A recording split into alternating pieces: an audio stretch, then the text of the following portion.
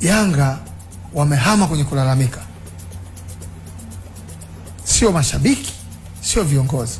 Hata unatoka kwenye mechi ukiwa umefungwa, kwa unavyojua kwa asili ya Yanga, umefungwa mechi wanawapigia makofi wachezaji wao. Umeelewa? Wanapigia makofi wachezaji wao kwa sababu fungwa mbili hapa.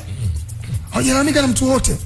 Hawajatoka public kulalamika na mtu wote. Tumefungwa, hamna shida bwana. Tena pale wanatoka wachezaji wanapigia makofi. Simply wao wameshinda sana, wamekuwa mabingwa, kwa wanajihisi kwamba hakuna shida yoyote, hakuna tunachopoteza. Simba wakifungwa ni mzozo, kwa sababu ndio wakati wao wa kulalamika.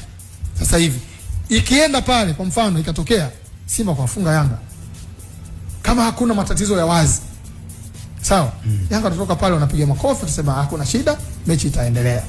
Lakini ikitokea Simba akafungwa, anafungwa mara 5 mfululizo, kukitokea any slight mistake, mzee, watu watamkataa, njia itakalika.